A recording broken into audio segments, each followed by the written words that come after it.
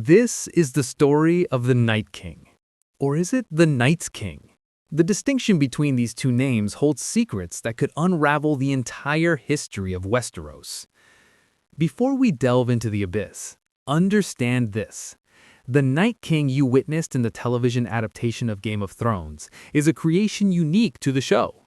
George R.R. Martin himself has confirmed that this character, the ancient leader of the White Walkers with ice-blue eyes and the power to raise the dead, does not exist in the books. Not in that form, at least. What does exist in A Song of Ice and Fire is something far more haunting, a legend. The 13th Lord Commander of the Night's Watch, who supposedly lived during the Age of Heroes, thousands of years before the events of the main story. The show's creators faced a narrative challenge. Martin's books are filled with characters, subplots, and ancient histories that simply couldn't fit into a television format. Their solution? Merge characters. Just as Cold Hand's mysterious role was absorbed into Benjen Stark, it appears the legend of the Night's King and the threat of the others were fused to create the Night King we saw on screen. But let's venture into the original mythology, the one Martin crafted in his novels. Old Nan, the ancient storyteller of Winterfell, would recount this tale to young Bran Stark in hushed, trembling tones. She spoke of a warrior who knew no fear, and therein lay his downfall, for all men must know fear. He was the 13th Lord Commander of the Night's Watch, a man sworn to guard the realms of men, to take no wife, hold no lands, father no children. But one winter's night, from atop the wall, he glimpsed a woman in the distance. Her skin was white as the moon, her eyes burned like blue stars in the darkness, and her flesh was cold as ice itself. Most men would have recoiled in terror, but not him. Fearless, he chased her across the frozen lands beyond the wall. He caught her, he loved her, and in that unholy union, when he gave his seed to her, he gave his soul as well. He brought her back to the Night Fort, the oldest and most cursed castle along the wall. There he proclaimed himself king and her his queen. For 13 years they ruled together, and during those dark years, horrors unspeakable were committed. The Night's King used dark sorcery to bind his sworn brothers to his will, enslaving the very men meant to protect humanity. He made sacrifices to the others, the ancient, alien beings of ice and shadow. It wasn't until Brandon the Breaker, the King of Winter, joined forces with Joramund, the King beyond the wall, that the Night's King was finally brought down. His reign of terror ended, and the Night's Watch was freed from his grasp. But the victors went further. They erased every record of him. His very name was forbidden, wiped from history so completely that even now, no one knows what he was truly called. Old Nan had her theories. She believed the Night's King was a Stark, a brother to Brandon the Breaker himself. She would lean close to Bran and whisper that perhaps his name was Brandon, and perhaps he had once slept in Bran's very own bedroom thousands of years ago. The Maesters of the Citadel dismissed this as folklore, a cautionary tale, nothing more. But in Martin's world, legends often conceal truths too terrible to acknowledge. In the books, there is no singular leader commanding the White Walkers. Instead, there are the others, elegant, alien beings of ice and shadow. Martin describes them as creatures of inhuman beauty, like the sheath of Celtic mythology made manifest in frost. They are not mindless zombies. They possess intelligence, language, and purpose.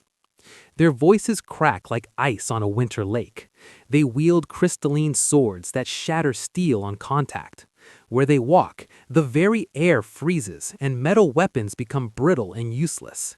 They are ancient beyond reckoning, emerging from the land of always winter, a place of eternal cold where no living man has ever returned from. Unlike the show's depiction, the others in the books are shrouded in mystery. They appear only twice in the published novels, once in the prologue of A Game of Thrones, and again when Samwell Tarly kills one with a dragonglass dagger. Even the wildlings, the hardened survivors beyond the wall, speak of them with religious dread. Craster, the vile wildling who lived in isolation, made a pact with them, sacrificing his newborn sons in exchange for his own survival. What happened to those children remains unknown in the books, though Craster's terrified wives whisper that the boys become the Cold's children. The others have their own language, Scroth, as the show named it, but in the books it remains untranslated, unknowable. Martin describes their laughter as cold and cruel when they hunt, suggesting they possess not just intelligence but malevolence. The abilities attributed to the Night King in the show may give us hints about what the others, or perhaps a future revelation of the Night's King, might be capable of in the books. They can raise the dead, transforming corpses into wights, mindless thralls that obey without question. These wights fear no pain nor death, for they are already beyond both. Fire can destroy them, but the others themselves seem immune to flame. Their very presence generates such intense cold that fire weakens in their proximity. The show depicted the Night King with the ability to mark individuals, creating a psychic link that allowed him to sense their presence across vast distances. He could warg into thousands of wights simultaneously, controlling them like a hive mind. He possessed superhuman strength, capable of hurling a spear with such force that it could pierce a dragon's scale mid-flight. But here's what we know from the books.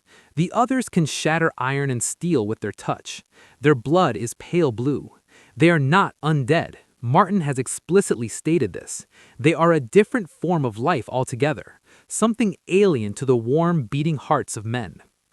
Dragonglass, obsidian forged in volcanic fire, can kill them. So too can Valyrian steel, that lost art of dragon-forged blades. But beyond these vulnerabilities, the others remain enigmatic. Because Martin has not published The Winds of Winter or A Dream of Spring, the final two books in his series, we don't know the others' ultimate purpose. The show gave us answers, but those answers belong to a different story, one where a single villain could be defeated with a well-placed dagger. Martin's tale seems to be heading somewhere far more complex and ambiguous. Consider this. In the books, the others are compared to climate change, an existential threat that humanity ignores while squabbling over power. They are described as demons made of snow and ice, as servants of the Great Other, the dark god opposed to R'hllor, the Lord of Light. They might represent something fundamental about the world itself, a force of nature as inevitable as winter. Some theories suggest the Night's King and his corpse queen still exist in some form, waiting in the frozen north. The Night King of the television show was defeated. His story ended. But the Night's King of the books, his tale remains unfinished, lost in the pages Martin has yet to write. And the others? They wait in the darkness beyond the wall.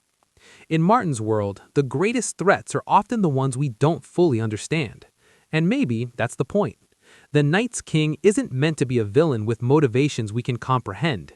He's meant to be a reminder that some forces in his world are beyond human understanding. So, who do you think will defeat the others in the books? Jon Snow? Daenerys? Or someone else? Winter is coming. It always has been.